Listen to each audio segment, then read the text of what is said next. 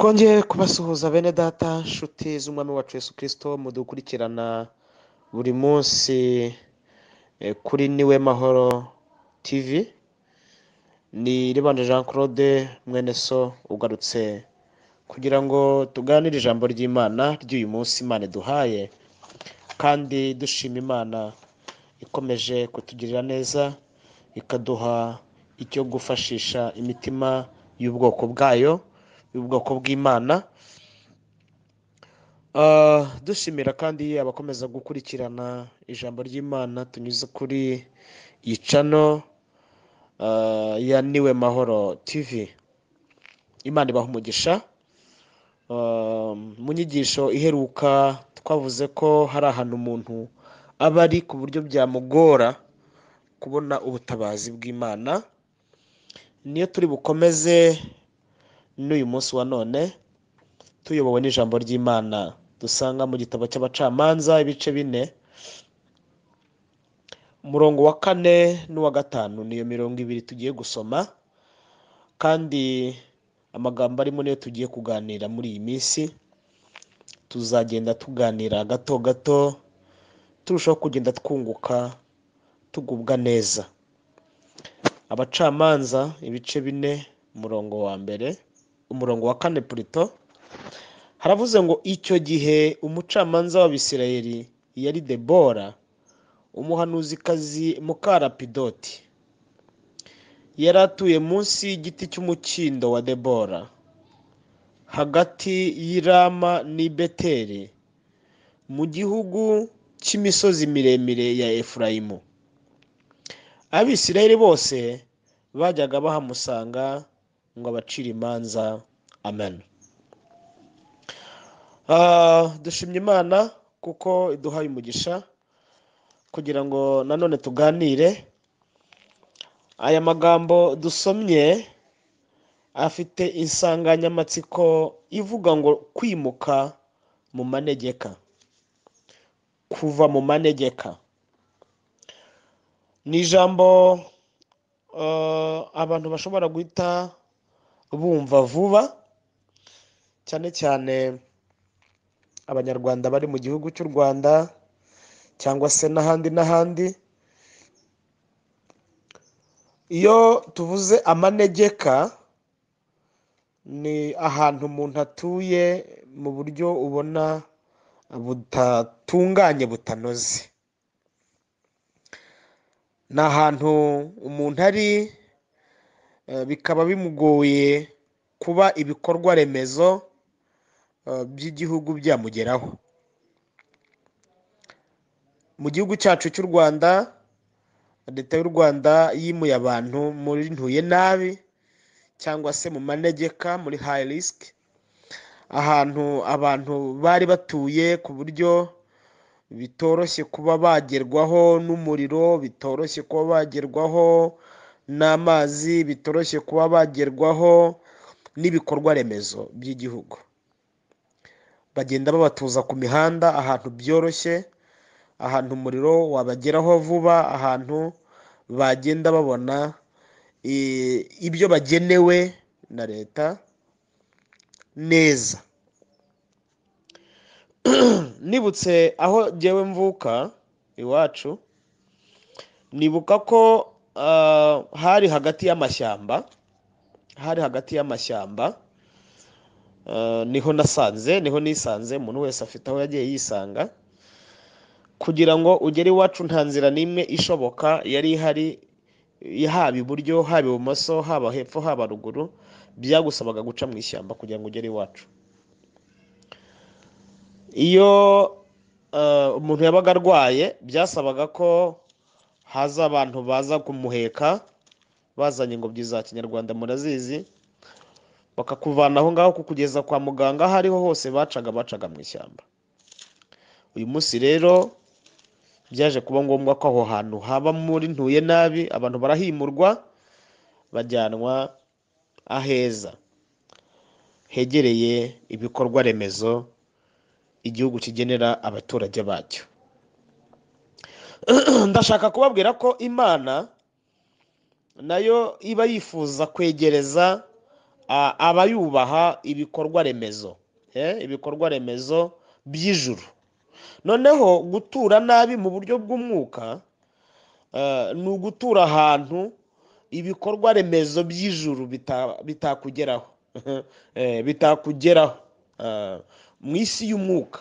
Mubyumve neza, kuba uri ahantu ariko ukaba utari umugenerwabikorwa w'ijuru, ijuru rikaba ritakugezaho ibyo rikugeneye, bitoroshye, utorohewe kugezwaho ibikorwa remezo by'ijuru. Ndumva byumvikanye mu ncamake.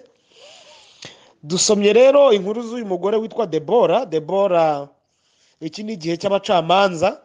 Abisiraheli nyuma y'urupfu rwa Yosuwa babayeho imyaka itari mikeya mu kaga gakomeye cyane, abayobowe n'abacamanza nta muyobozi, kuko abahanga ba Bibiliya bavuga ko mu gihe cya Yosuwa yakoze byinshi byiza, ariko aza kugira faiblesse. Muri côté faiblesse ye yaje kubaho adateguye umuyobozi uzamusimbura igihe azaba atakiriho.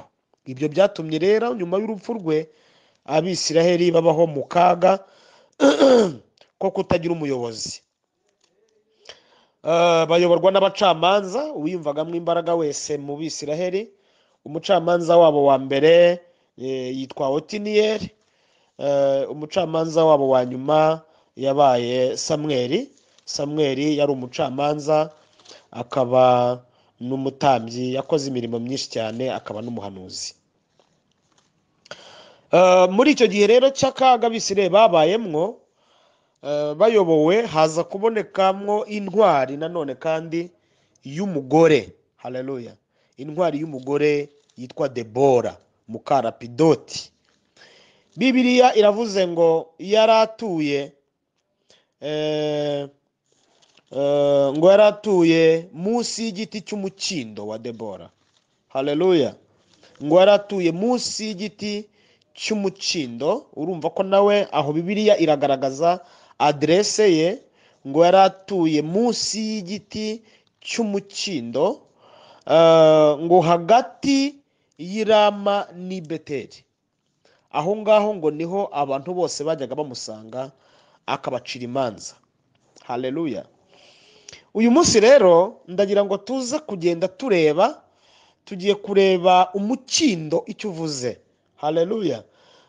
Tuzareba umukindo, tuzareba Irama, tuzareba i Beteli, tuzareba mu misozi miremire ya Efurayimu. Aho hantu hane cyangwa se izo karitsiye enye cyangwa se ibyo birere bine, mu buryo bw'umwuka twumve icyo havuze, icyo hatubwira, icyo haduhishurira, icyo Imana ivuganira natwe muri ibyo birere bine by'umwuka. Haleluya! Uyu munsi rero turashaka kureba umukindo. Yaratuye munsi y'igiti cy'umukindo. Dusome Zaburi ya 92 umurongo wa 13. Haravuze ngo umukiranutsi azashisha nk'umukindo, azashyirwa hejuru nk'umwerezi w'i Lebanoni. Ubwo batewe mu rugo rw'Uwiteka, bazashishira mu bikari by'Imana yacu. Bazagumya kwera no mu busaza, bazagira amakakama menshi n'itoto, kugira ngo byerekane yuko Uwiteka atunganye, niwe gitare cyanjye, ntarimo gukiranirwa na guke. Imana ishimwe cyane. Umukindo cyangwa se ubusobanuro bw'umukindo mu mvugo ya Bibiliya, umukindo Bibiliya iwugereranya n'umukiranutsi. Umukiranutsi ngo azashisha nk'umukindo. Gukiranuka cyangwa se umukiranutsi, Bibiliya imugereranyije n'iki giti cy'umukindo nyine. Umukindo ujya ukura ukazamuka ukagera hejuru, hanyuma igihe habayeho imiyaga myinshi ihuha, ugasanga wa mukindo nawo wawunyuraho ukabona nawe umeze nk'uwaguye rwose, ndetse ukaba wawubona wageze hasi. Ariko hari ikintu gitangaje cy'umukindo. Iyo umuyaga ushize, umukindo urongera ugahaguruka ukema. Uko niko umukiranutsi iyo ahagaze neza, imiyaga ishobora kuza ihuha muri rusange, yewe nawe ikamugeraho, ikazasiga abantu benshi bakonyaguritse, ariko igihe cyagera umuyaga washira, umukiranutsi ukongera kumubona ahagaze neza. Haleluya, yemye. Imana ishimwe cyane. Imana yacu nihabwa icyubahiro. Bibiliya muri Yesaya ibice byaho 3 umurongo wa 10, hari ikindi jambo rivuga ku mukiranutsi. Riravuga ngo muvuga ko abakiranutsi bazagubwa neza. Haleluya, kuko bazatungwa n'imirimo y'amaboko yabo. Umukiranutsi Bibiliya imuvugaho ibintu byinshi cyane bikomeye. Aho twasomye muri Zaburi hatubwiye ngo azashisha nk'umukindo, ashyirwe hejuru nk'umwerezi w'i Lebanoni, ngo kuko yatewe mu rugo rw'Imana. Haleluya. Umukiranutsi watewe mu rugo rw'Imana ajya ashishira mu bikari by'Imana. Imana ishimwe cyane. Guterwa mu rugo rw'Imana ni umuntu uri mu rugo rw'Imana, ufite imizi yashoreye mu Mana, ku buryo atajya aterwa ubwoba n'amakuba n'ibyago. Kandi mu buzima bwe bwa buri munsi, imirimo ye yose akora imirimo ye neza nk'uko iri, agakora ibyo asabwa nk'uko bigomba. Haleluya. Niyo mpamvu bimwita umukiranutsi. Ntiwamubonamo amanyanga, ntiwamubonamo ubucakura. Ibyo byose biri ku murongo. Akora ibyo ashinzwe neza mu kazi, aho akora, aho ashyizwe, akora ibyo ashinzwe neza. Niyo mpamvu atungwa n'imirimo y'amaboko ye, arizerwa n'aho akora, arizerwa n'abamukoresha, hanyuma ibyo akora bikamugarukira, nawe agatungwa nabyo, akagubwa neza. Imana ishimwe cyane. Haleluya. Ndashaka kuvuga ngo umuntu wa mbere utuye neza mu isi y'umwuka ni umuntu utuye ahantu bita mu gukiranuka. Iyo karitsiye akaba ari yatuyemo yitwa gukiranuka, akaba ariho ari. Imana ishimwe cyane, kuko ntazanyeganyezwa, ngo azashisha mu bikari by'Imana, ngo kandi azagira amakakama n'itoto, ngo no mu busaza bwe, haleluya, azaba ameze neza, azaba ahagaze neza. Imana ishimwe, ngo azagira amakakama n'itoto. Haleluya. Bibiliya yongera kuvuga ku mukiranutsi. Bibiliya ikavuga ngo umukiranutsi yaratatse, Uwiteka aramwumva. Iyo umukiranutsi atatse, Imana ihita imwumva, kuko nta wundi muntu Imana ifitiye gutega amatwi vuba usibye umukiranutsi. Umukiranutsi atatse, Imana imwumva vuba, ikavuga ngo ninde uteye urugo rw'umukiranutsi, ninde uhagurukiye umukiranutsi, ninde umuhize, ninde umurwanije. Imana rero ihita ihurura igatabara vuba. Haleluya. Kuko atuye ahantu Imana yumva vuba. Bwana asifiwe sana. Umukiranutsi yaratatse. Irindi jambo ry'Imana rikavuga ngo amatwi y'Uwiteka aba ku bakiranutsi, ngo n'amaso ye aba ku bakiranutsi, n'amatwi ye akumva ibyo basaba. Haleluya. Amatwi y'Uwiteka ajya yumva ibyo abakiranutsi bagize gute basabye, hanyuma n'amaso ye akabitegereza. Ni ukuvuga ngo niba hariho ahantu Imana ihora ireba, ihoza ijisho, haleluya, ni ku bakiranutsi.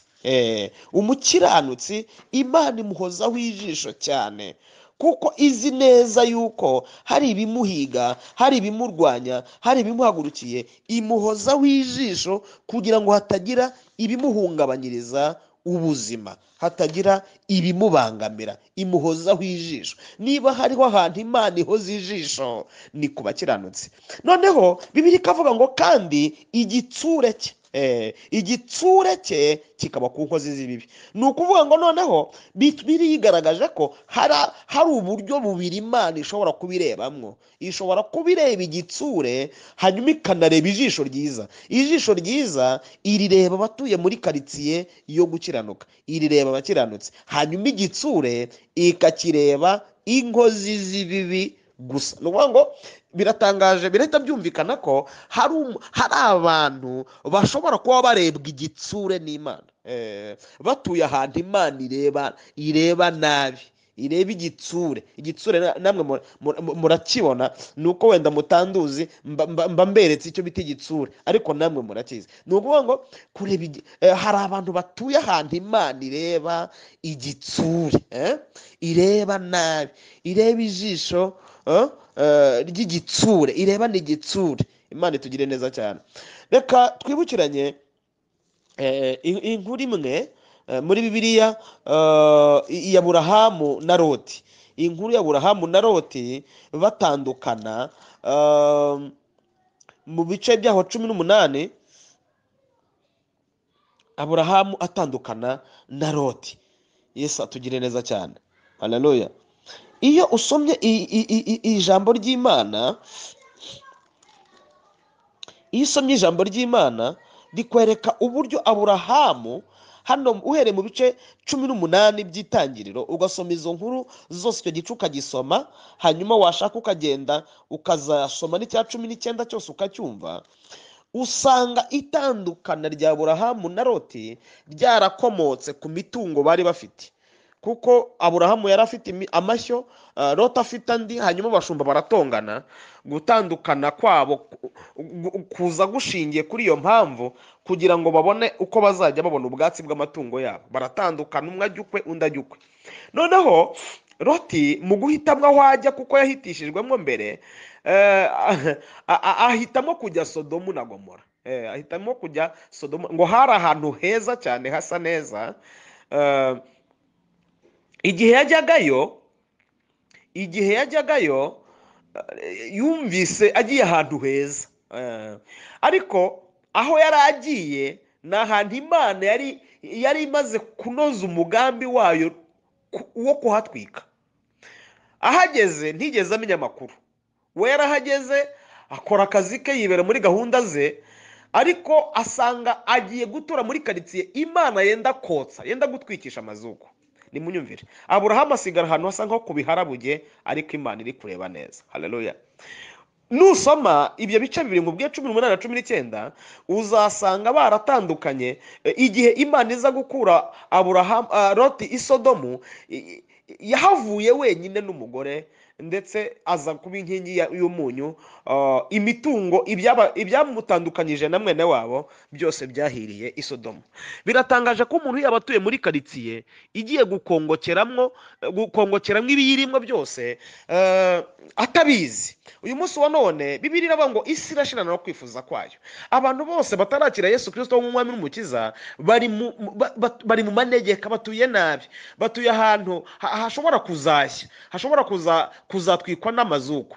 Ariko abamaze kwizera Yesu Kristo bakamwakira mu mitima yabo, abo bamaze kugera ahantu hazima heza, birakwiye ko nabo bagenzura neza imiturire yabo. Niba batuye ahantu Imana ireba neza, niba batuye ahantu Imana yishimiye, niba batuye ahantu Imana ifitiye gahunda yo kugirira neza. Mu isi y'umwuka muze kuba ariko mubyumva, kandi muze ko ariko mubyakira. Ukwiye kumenya ahantu utuye, niba Imana ihareba neza, niba gusenga kwawe Imana ikumva. Abantu benshi baraburana amasengesho yabo, basenga Imana ntisubize, ariko igisubizo wagishakishiriza ahangaha. Niba utuye ahantu Imana itareba neza, nta nubwo ihumva neza, birakwiye kuhimuka ukajya ku musozi witwa gukiranuka. Imana ibahe umugisha, ibagirire neza, ijambo ry'Imana ribafashe kandi ribubake, ribakomeze mu izina rya Yesu. Amen. Tuzakomeza ejo. Mana, mu izina rya Yesu turasenze kugira ngo buri muntu wese uzumva inyigisho izamuhe kumenya ahantu atuye mu isi y'umwuka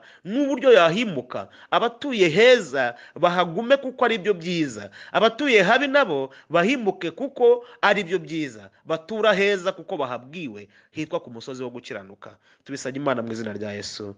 Amen.